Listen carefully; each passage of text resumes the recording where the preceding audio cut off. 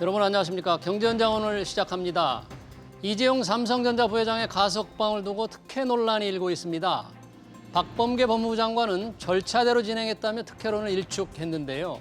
시민단체와 노동계의 비판은 거셉니다.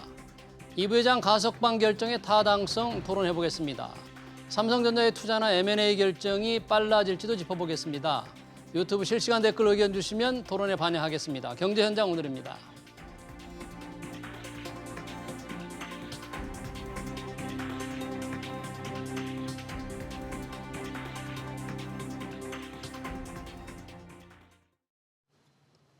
네, 이재용 부회장의 가석방 결정 토론하기 위해서 두 분 모셨습니다. 김태희 단국대 경제학과 명예교수 그리고 김성훈 변호사입니다. 두 분 어서 오십시오. 네, 반갑습니다. 안녕하세요. 자, 어제도 저희가 토론을 했습니다만은 이재용 부회장의 가석방이 되고 나서 상당히 이제 결정이 이루어지고 나서 많은 논란이 지금 일고 있는 것 같습니다. 김태희 교수님, 네. 경제학자이다, 기업의 실정을 잘 아는 분으로서 가석방 결정 종합적으로 어떻게 평가할 수 있겠습니까? 사실 경제계 쪽에서는 가석방을 기대했던 것 같지 않아요. 그러니까 대통령의 권한인 특별 사면을 기대했던 것 같습니다. 특별 사면. 네, 네. 그 대통령 권한이니까요. 사실은 이제 가석방 해가지고 뭐 안 한 것보다 낫겠지만 사실은 활동에 여러 가지 제약이 있고 또 어떻게 보면 지금 이 기업인 특히 삼성이 어떻게 보면 한국을 끌고 가는 일종의 대표 기업 아닙니까? 예. 여기서 뭐 돌파구를 열어야 될 텐데 아마 경제계 기대에 못 미친 거 아니냐 이런 생각이 들고 대통령이 이 문제를 정면으로 가닥을 잡아줬어야 되는데 사실은 뭐 가석방은 법무부 장관 어떤 뭐 권한이다 보니까 이런 이야기가 더 나오는 것 같습니다. 이제 경영계에서는 뭐 좀 경제 활동을 제대로 좀 하려면 가석방 가지고는 좀 부족하다 뭐 그런 시각이죠. 실제로 그렇다 그래요. 가석방이 되게 되면 뭐 예를 들어 가지고 다른데 좀 이동을 하는데 일일이 다 신고하고 아주 그냥 복잡한 이런 것 같습니다. 그래서 아마 그런 부분들은 좀 어중간하니 오히려 이제 이런 것 같아요. 그러니까 국민 여론은 이재용 회장님 나와서 좀 활동해가지고 좀 뭐 경제도 키우고 또 삼성에 투자한 투자자들한테 좀 돈도 좀 들어오게 해주고 그다음 특히 미국은 많이 기다리고 있어요. 미국 바이든 대통령이 반도체 그다음에 자동차 2차 전지 투자해달라 그러는데 그러니까 이재용 회장이 뭐 활동을 해야지 가능하니까 아마 그걸 의식한 거 아닌가 생각이 듭니다. 그래서 김성훈 변호사는 이제 법조계의 시각, 법률가로서 볼 때 가석방 결정, 뭐 경영계의 시각도 있을 수 있지만 법률가 시각 눈으로 볼 때는 좀 달리 볼 수도 있을 것 같은데 어떠세요? 네, 그렇습니다. 일단은 두 가지 측면에서 문제가 되는데요. 일단 가장 중요한 첫 번째 명제에 대한 판단이 필요합니다. 이번 가석방 결정이 일반적이고 평균적인 기준에 의한 것으로서 특별하거나 특혜가 아니었다라는 이야기. 특혜라는 것은 이제 소위 말해서 특별한 경우일 수도 있고요. 아니면 특별한 경우로서 특정한 사람한테 은혜를 베푼 거일 수도 있겠죠.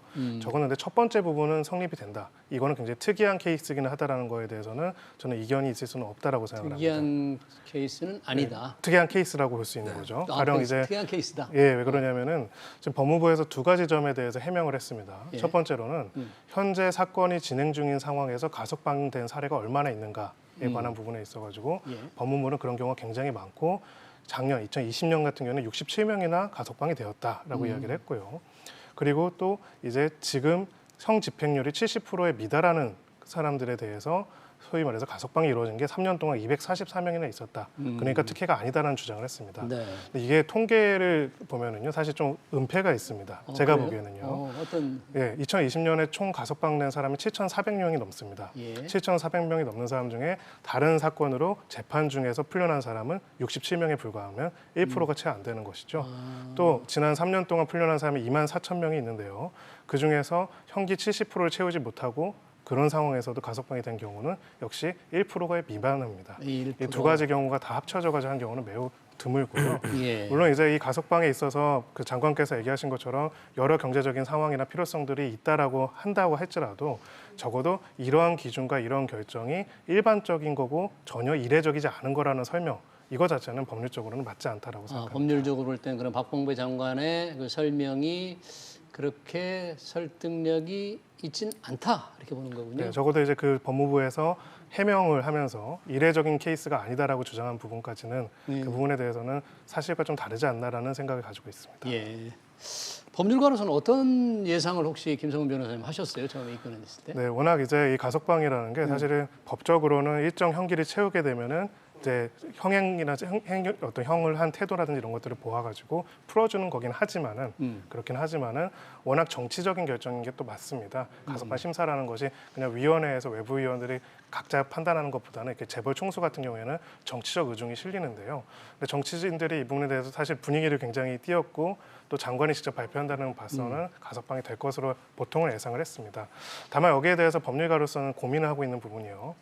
이제 바로 이 지점에 있습니다. 이 글로벌 경제 환경들을 고려해서 이런 부분들에 있어서 역할을 기대해서 풀어준다는 개념이 이것이 하나의 명제로서 앞으로 사법이라든지 행정에서 나타나게 된다면은 법 앞에 평등이라는 기본적인 구조를 유지할 수 있을 것인가에 대한 깊이 있는 고민과 문제의식이 필요할 수밖에 없습니다. 근데 이 법 앞에 평등이라는 개념이 소위 말해서 법에서도 평등하면 좋겠다라는 개념이 아니라요.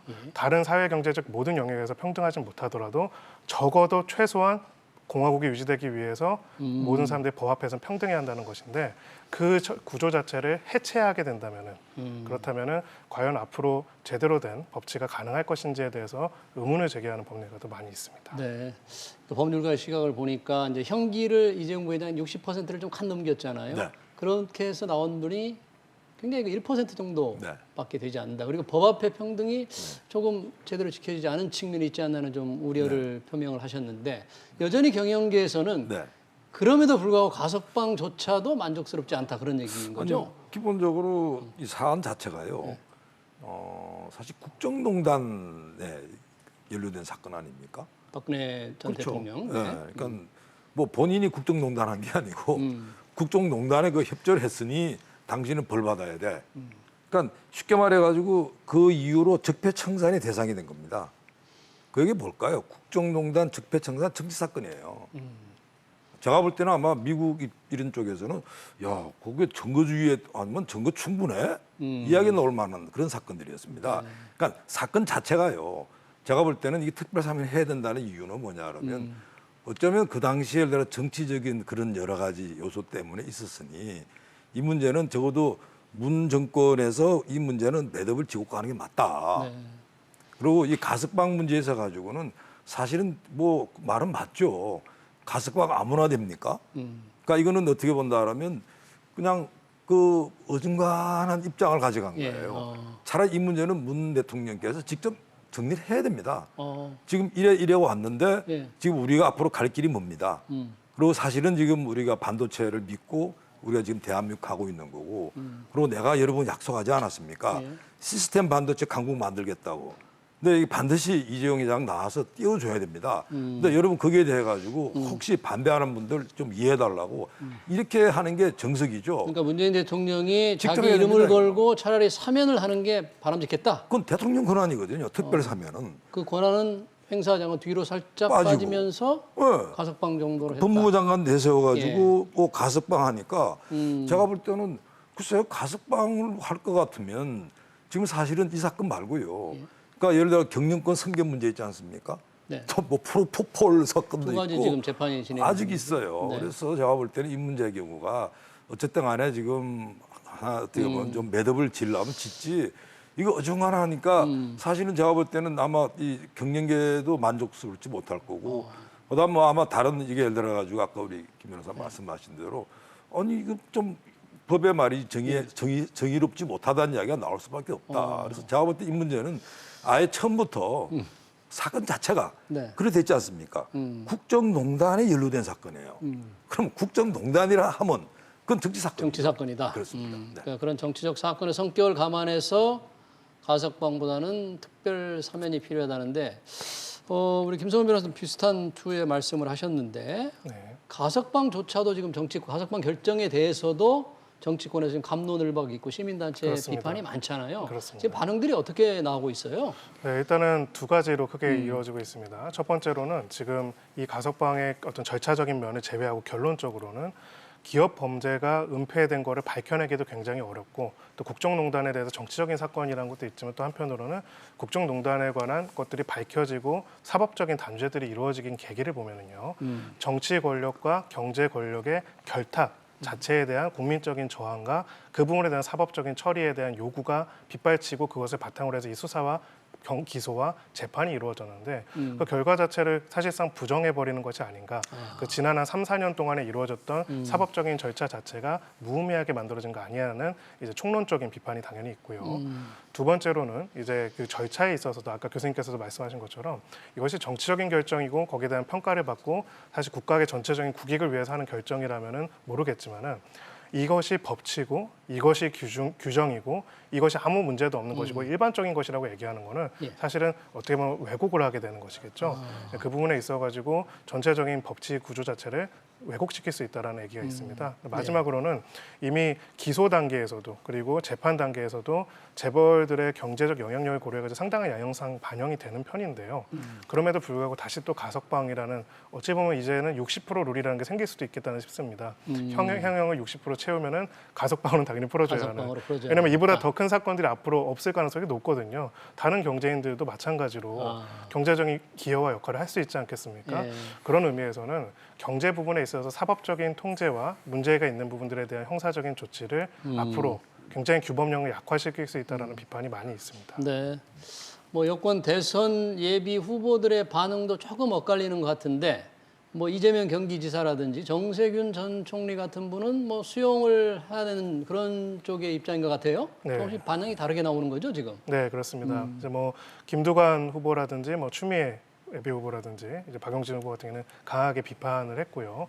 소위 말해서 민주당에서도 빅3 주자라고 하는 후보들은 대체로 이제 이 부분에 대해 가지고 어느 정도는 수용하거나 수긍하는 그런 입장들을 표명을 했고 야권 후보들은 대체로 환영한다는 그런 입장을 밝혔다고 합니다. 김태희 교수님, 뭐 가석방 결정이 되면 주가가 큰 폭으로 오를 것으로 저는 예상을 했는데 제가 상당히 그 능력이 부족한 것 같아요. 예상에 투자자들은 전혀 다르게 반응을 한 것 같은데 어떻게 해석을 해야 될까요? 저도 조금 놀랐어요. 근데 사실은 이 투자자들은 가석방 가지고는 안 돼. 지금 이 삼성이 그 사이에 이 주가가 답보 상태였잖아요. 예. 삼성전자가 오히려 빠졌다 그러더라고요.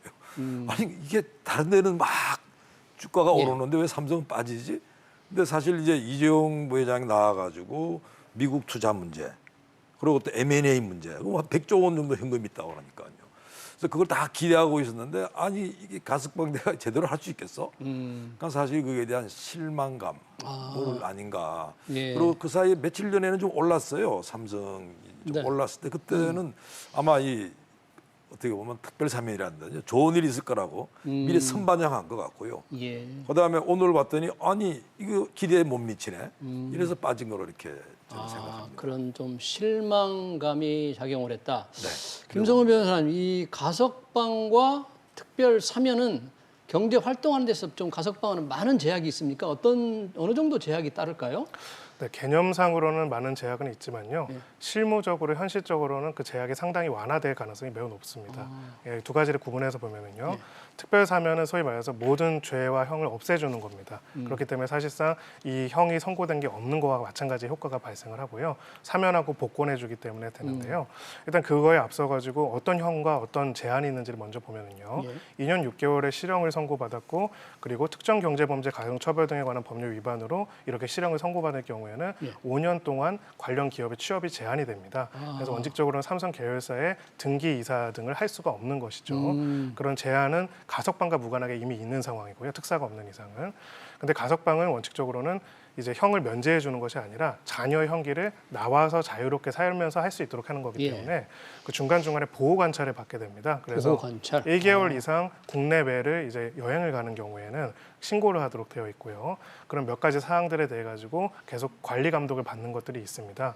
다만 이제 이재용 부회장의 특수성 그리고 이 가석방의 취지를 봤을 때는 법무부에서 구체적으로 막 동선이라든지 이런 것들을 파악하고 자택의 연금처럼 한다거나 이럴 가능성은 별로 없기 때문에 현실적인 어떤 법률적인 그 경영 활동을 하는 데 있어서 실질적으로는 큰 영향은 없을 걸로 보이고요. 실질적으로. 해외를 가는 것도 허가라기보다 신고 사항이기 때문에 원칙적으로는 해외 자체가 불가능한 건 아닙니다. 그래서 네. 지금 장관께서도 이 부분은 경제 활성화 등에 대한 목적으로 했다라고 하기 때문에 예. 사실 이 보호 관찰은 여지껏 어떤 가석방 보호 관찰보다도 굉장히 낮은 수준에서 이루어질 가능성이 매우 높아 보인다 이렇게 생각합니다. 근데 제대로 활동을 하려면 법적으로 보면 취업 승인 신청을 해야 된다 그러는데 그렇습니다. 취업 승인 신청서를 내면 그러면 법무부 장관이 그걸 보고 승인할 수도 있고 안 할 수도 있고 그렇습니까? 그렇습니다. 지금 이제 5년 동안 원칙적으로 취업이 제한되는데요. 네. 특별한 사정이 있는 경우에 취업 승인을 할 수 있도록 하는 거고요. 실제로 이제 모 재벌기업 이제 부회장 같은 경우에는 이제 형이 끝나고 나서 취업 제한 기간인데 승인 제한 신청을 했다고 합니다. 네. 그렇기 때문에 그 부분들에 대해 가지고는 결과적으로는 이미 사실상 그 가석방인 상태에서도 할 수 있는 최대치까지 경영상의 자유를 보장하는 조치들이 연이어 이어질 가능성은 매우 높아 보입니다. 그러니까 이제 법적으로 보면 특별 사면과 가석방에 많은 차이가 있지만 이재용 부회장의 활동적인 측면에서 볼 때는 뭐 경영 활동을 하는 데는 큰 차이가 없을 수도 있겠다. 그렇습니다. 뭐 그렇게 예. 해석을 하는데 저는 조금 그렇게는 안 보는데요. 그렇게 안 예, 보세요? 그러니까 뭐 그렇게 볼 수도 있어요. 근데 사실은 우리가 외부의 투자자들 한번 볼까요? 제가 예를 들어 투자. 미국 투자자고 또 유럽 투자자예요. 어. 근데 큰 딜을 해야 돼. 어. 근데 당신은 지금 뭐 사법 쪽으로 해가지고 지금 아직도 범인이 범죄자나 범죄자, 크리미널이에요. 네. 근데 특별 사면을 받아버렸으면 일단은 그건 딱지는 떼는 거거든요. 그러니까 쉽게 말해서 이 거래에 있어 가지고 신뢰 문제는 어마어마한 차이가 나는 거죠. 국내 활동하는 데 있어 가지고는 지금 우리 김 여사 말씀 맞아요. 예. 근데 외국 투자자 입장에서는 이거 한국 사정 몰라요. 그 나라 기준에서 봤을 때는 이 사람 그냥 범죄자인데 단순 범죄자로 근데 보는데 차이가 일시적으로 없다. 나와 있네. 어. 그러니까 이 사람 언제든지 불려가. 예. 그러니까 제대로 거래해야 될까요? 그러니까 어떻게 보면 신뢰를 하고 큰 거래를 할 수 있을까요? 제가 이제 그런 면이 있어 가지고 사실은 지금 너무나 한국적인 그런 상황을 생각하는데 예. 그러나 글로벌 기준으로 봤을 때 아까 말씀드리잖아요. 이 예. 사건 자체가 미국 입장에서는 그 증거주의에 따라서 확실한 이 사람 유죄야부터 그다음 여기에서 가지고 왜 이렇게 하지? 그 가석방인지 그게 왜 이 가석방하고 돼야 되는 거야? 예. 뭐 이런 문제들이 말이죠. 글로벌 기준으로 봤을 때는 좀 이상하다는 겁니다. 네. 네, 이제 네, 그 말씀을 조금만 부연해서 드리자면은 이제 가석방이 돼서 그렇다고 볼 수도 있는데 현재 이재용 부회장 같은 경우에는 사실은 이 국정노동 사건보다 훨씬 더 높은 형이 유죄가 나온다면 예상이 되는 불법 승계 의혹으로 이미 재판을 받고 있습니다. 그래서 이제 가석방이 아니라 특사가 되더라도 사실은 그 사건에서 유죄가 판결이 되고 법정 구속이 된다면 언제든지 다시 재수감될 가능성이 매우 높은 상황이기 때문에요. 예. 기본적으로 그 다른 사건이 없으면은 모르겠지만은 있는 상태에서는 그 리스크 자체는 특사라고 하더라도 크게 다르지는 않을 것이라고 생각합니다. 지금 말씀하신 대로 삼성물산 이제 합병에 따른 승계 네. 문제와 프로포필 투여 네. 그런 재판이 진행 중인데 삼성물산 합병 문제는 굉장한 시간이 재판 과정이 오래 걸릴 것 같은데 그 재판의 결과가 가석방에 영향을 줄 수 있습니까? 그 재판에요. 네, 그러니까 이론상으로는 가는데 실질적으로는 불가능할 걸로 보입니다. 실제로 일단 두 가지로 불가능하다. 나눠져야 할 예. 필요가 있는데요. 지금 일단은 이 가석방의 실효라는 법적 규정이 있습니다. 한마디로 자녀 형기 기간 중에 금고 이상의 형이 확정된 경우에는 가석방이 사실상 취소가 돼가지고 가석방이 없는 것과 효과가 원복이 됩니다. 잠깐만 이제 가석방 이후에 자녀 형기 기간이요. 자녀 네. 형기 기간 중에 새롭게 지은 범죄에 대해서겠죠, 아무래도. 정확하게는 형이 확정된, 그러니까 그 전이라고 할지라도 재판이 진행 중에 형이 확정되면은 형이 확정되면? 거기에 따라서 이제 취소가 되는 겁니다. 그래서 결과적으로는 이제 지금 1년이 남았는데요. 1년 사이에 이제 또 다른 범죄 혐의, 그러니까 두 가지 기소된 사건에 대해서 유죄가 선고가 되고 금고 이상의 형이 선고가 되고 재판이 최종적으로 확정이 된다면은 가석방이 취소 시효되고 다시 들어가야 하는 거죠. 근데 현실적으로 봤을 때 말씀하신 것처럼 불법 승계 관련된 재판 같은 경우에는 굉장히 많은 시간이 걸릴 거기 때문에 1년 이내에 확정 판결까지 나오는 건 사실상 물리적으로 불가능하고요. 불가능하다. 프로포폴 같은 경우에는 그럴 가능성도 배제할 수는 없습니다. 예. 쟁점이 복잡하지 않기 때문에요. 근데 다만 실무적으로는 이제 대법원까지 상고를 하면서 계속 시간을 가다 보면은 1년 안에 확정 판결이 나올 가능성은 매우 낮습니다. 네. 그러니까 지금 가석방이 됐지만 이재용 부회장 현실적으로 사법 리스크는 여전히 지금 그렇습니다. 두 어깨를 짓누르고 있네요. 그렇습니다. 그러니까 사실 그래서 이게 지금 주가가 예상과 달리 좀 오를 거라 생각했는데 안 오르는 게 예. 특히 지금 삼성전자 주가는 뭐예요? 국내 투자자들은 삼성 좋아하잖아요. 네. 근데 외국 투자자들은 삼성 갖다 팔거든요. 그러니까 살 때는 제일 먼저 사요. 팔 때는 제일 먼저 팔아. 그러니까 이게 보니까 지금 외국 투자자들 입장에서는 이게 뭐가 좀 이상한 거예요. 사실 이 문제는 어떻게 본다라면 정말 삼성의 어떤 이 비메모리, 예. 그럼 2030이라 그러죠. 그다음에 또 문재인 대통령이 삼성 가서 그런 말씀하셨잖아요. 시스템 반도체 강국 만들겠다고. 그럼 거기 맞춰가지고 이야기 정리했어야 됩니다. 그러니까 어떻게 본다라면 이거는 국민들한테 양해를 구하고 예. 정리를 해줬다라면 넘어갈 문제가 네. 이게 제가 볼 때는 이게 그냥 어떻게 보면 문 대통령은 사실은 흙을 안 묻히고 싶어하는 것 같아요. 그러니까 박범계 장관 보고 장관 당신이 해줘. 그러니까 예. 장관은 자꾸 이상한 소리 하고 참 답답하네요. 네.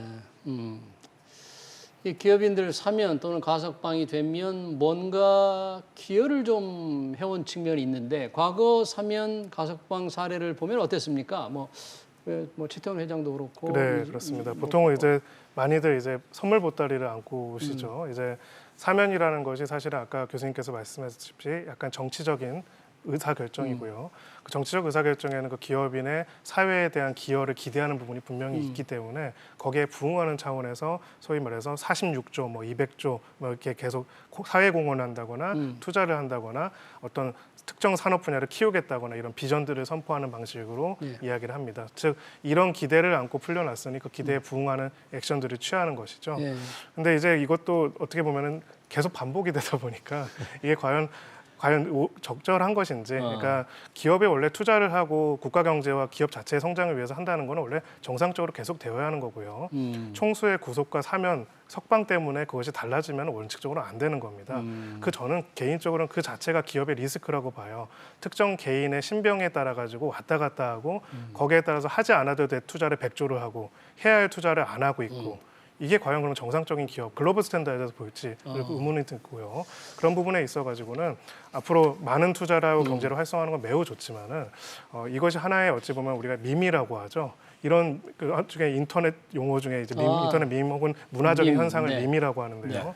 하나의 밈으로서 굳어지는 것은 법치의 면에서도 경제의 면에서도 바람직한 것이 좀 고민을 해볼 필요가 있다고 생각을 합니다. 오히려 이제 뭐라 그럴까, 그러니까 오너가 있음으로 해서 투자 결정이 이루어지고 없으면 투자 결정이 이루어지지 않는 그 자체도 리스크라고 볼 수 있는데, 뭐 제가 기업 경영을 안 해봤습니다만 김태희 교수님 뭐 기업인들 많이 만나봤을 텐데 오너가 있어야만 투자 결정이 이루어지는, 예를 들면 삼성전자의 경우처럼 그런 일들이 조금 많이 있습니까? 제가 볼 때는 우리가 뭐 어마어마한 큰 투자, 기업의 물꼬를 바꾸는 이런 투자는 오너가 있어야지 돼요. 근데 그거 말고 삼성이 지금 뭐 이재용 부회장이 사실은 재판에 일주일에 한 번씩 재판장 왔다 갔다 하지 않았어요. 앞으로도 그래야 돼요. 앞으로 지금 그럴 것 같아요. 가석방 자기 정신이 없을 거예요. 그래도 삼성 잘 갑니다. 지금 문제는 뭐냐 그런다면 삼성이 예를 들어 가지고 지금 TSMC라고 대만에 그게랑 붙어야 되는 거예요. 그다음 두 번째는 뭐 중국이랑 미국이랑 이렇게 붙는데 그럼 삼성은 앞으로 운명을 어떻게 가지? 이게 결정을 내려야 되고요. 그다음에 예를 들어 가지고 자동차 2차 전지, 2차 전지 배터리 있습니다. 그거 다 지금 미국으로 가는데 이런 문제들은 사실은 이재용 회장이 필요해요. 근데 만일 말이죠. 우리가 그런 체제가 없을 때는 어떤 일이 벌어지냐 그러면 우리가요. 반도체가 옛날에 80년대는 아니 한국 반도체 명함 못 내밉니다. 다 일본이 다 싹쓸이했잖아요. 일본은 그 당시 전문 경영인 체제고 우리는 정말 온화 체제다 보니까 일본이 그냥 악소리 낸 거예요. 진짜로 이거 위험 투자 다 해버리고 그러다 보니까 역전시킨 거거든요. 그래서 제가 볼 때는 우리가 이게 어떻게 보면 이 온화가 다 한다고 하는 것도 좀 그건 우리가 너무 착각하는 것 같고 실제로 중요한 결정은 온화가 한다 이렇게 봅니다. 그러니까 중요한 결정을 오너가 있어야만 결정을 내린다는 게 이제 오너가 있는 기업들의 얘기인데, 삼성전자 경우에 지금 미국의 추가 투자 얘기가 나온 지가 몇 달이 됐지 않습니까? 그렇습니다. 그 정도 결정은 CEO가 해야 되지 않을까요? 이재용 부회장이 꼭 있어야 됩니까?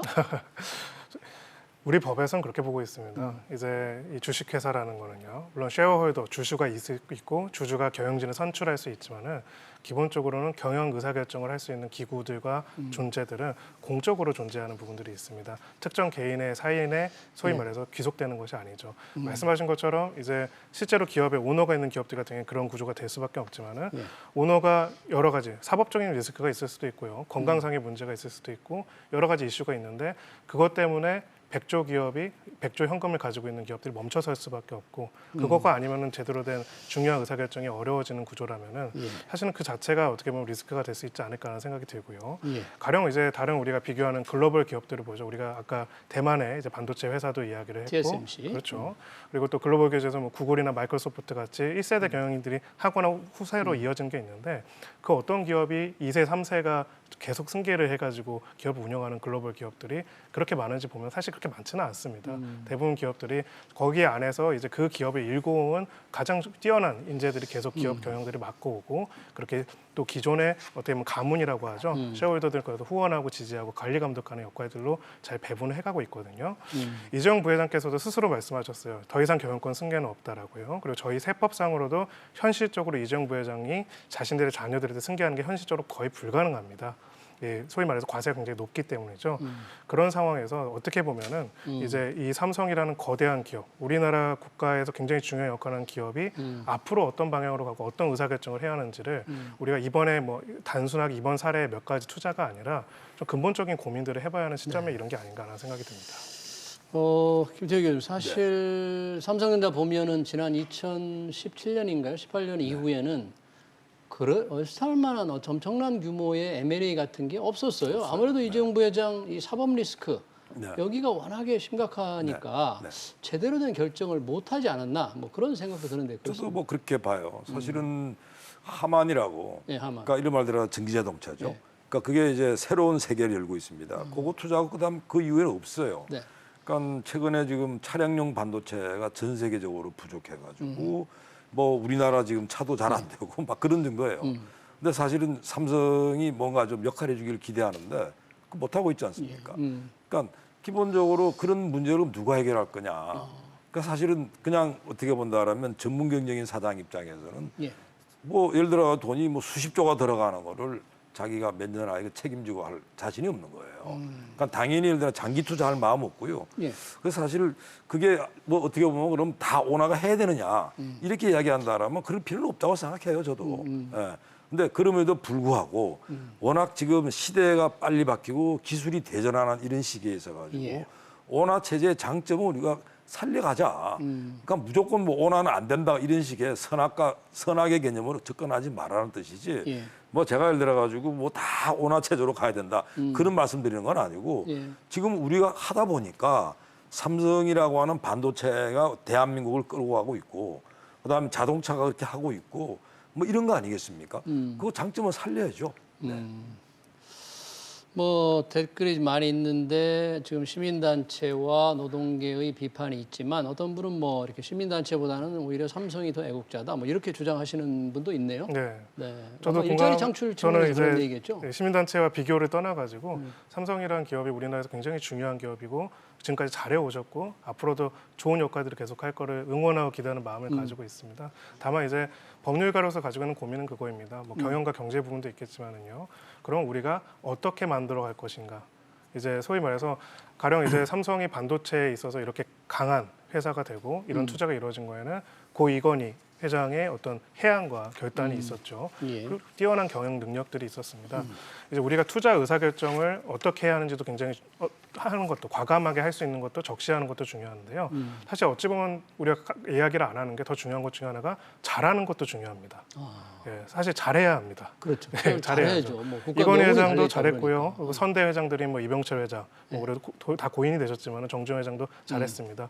우리나라 기업 중에서도 네이버나 카카오처럼 초기부터 1세대들이 굉장히 잘 해가지고 만들어온 기업들이 있죠. 그럼 그런 중요한 투자 의사결정이라는 엄청난 기업의 자원, 100조, 수백 조가 되는 그 자원들을 앞으로 의사결정을 할 때 누구한테 맡겨야 하는가? 이거는 조금 공적인 문제라고 생각을 합니다. 그러면은 그 결정을 잘하셨던 분의 자녀분이 잘하실 거니까 또 맡긴다라는 생각이 있을 수도 있고요. 그걸 정치적 의사결정으로 높여가면은 그게 소위 말하는 왕정 체제인 거고요. 민주공화정에서는 그 중에서 경쟁을 해서 뛰어난 사람이 그 의사결정을 할 수 있도록 해주고 전체적으로 관리 감독을 하자는 게 민주공화정의 기본적인 구조인 겁니다. 정치의 영역이지만은 사실은 경제 영역의 상법상의 구조도 사실은 비슷한 부분들이 있습니다. 이런 부분에 있어가지고 과연 이제 앞으로 그러니까 어떤 결정을 할지 과감한 결정을 하시는 걸 기대는 되지만은 또 한편으로는 이런 공적인 굉장히 중요한 국가의 운명을 좌우할 수 있는 그런 경영상의 의사결정들을 그러면은 소위 말해서 후계 세대들이 소위 말해서 유전적으로 혈연적으로 후계 세대들이 이어가서 하는 구조들을 어디까지 갖고 갈 것인지에 대해서는 조금은 이재용 회장 문제와는 별개로 고민이 필요한 시점에 이르지 않았나 하는 생각이 듭니다. 그렇군요. 김태형 교수님 마지막으로 네. 이제 이재용 부회장이 13일 날 네. 출소를 하면 어떤 행보가 예상이 될까요? 어떻게 움직일까요? 뭐 지금 급한 것부터 불 끄지 않겠습니까? 당장에 지금 미국 경우는 뭐 바이든 대통령이 직접 네. 반도체 이야기했고, 그다음에 2차 전지 이야기했고, 그거 다 투자하는 약속했잖아요. 예. 빨리 결론 내려야 될 것 같고, 그다음에 지금 우리나라가 지금 가장 급선무가 백신 아닙니까? 백신. 그렇죠. 근데 이제 백신 위탁 생산을 삼성 바이오에서 한다면서요. 그럼 그 문제도 제가 볼 때는 지금 백신이 지금 없어가지고 다 불안해한데 예. 그 삼성이 지금 구원투수거든요. 그거 빨리 챙겨야 되지 않을까. 예. 그리고 사실 지금 TSMC니 뭐 인텔이니 해가지고 그러죠. 중국은 쪼우죠. 네. 그러니까 여기에 대해 가지고 삼성의 어떤 방향을 정하는 뭐 이런 일들이 중요할 거로 보입니다. 예. 알겠습니다. 뭐 13일 이제 출소가 되면 네. 해야 될 일 한번 저희가 좀 잘 지켜보겠습니다. 네, 이재용 부회장 가석방에 대해서 두 분과 함께 토론을 마쳤습니다. 김태기 단국대학교 경제학과 명예교수 그리고 김성훈 법무법인 미션 대표 변호사였습니다. 고맙습니다. 네, 감사합니다.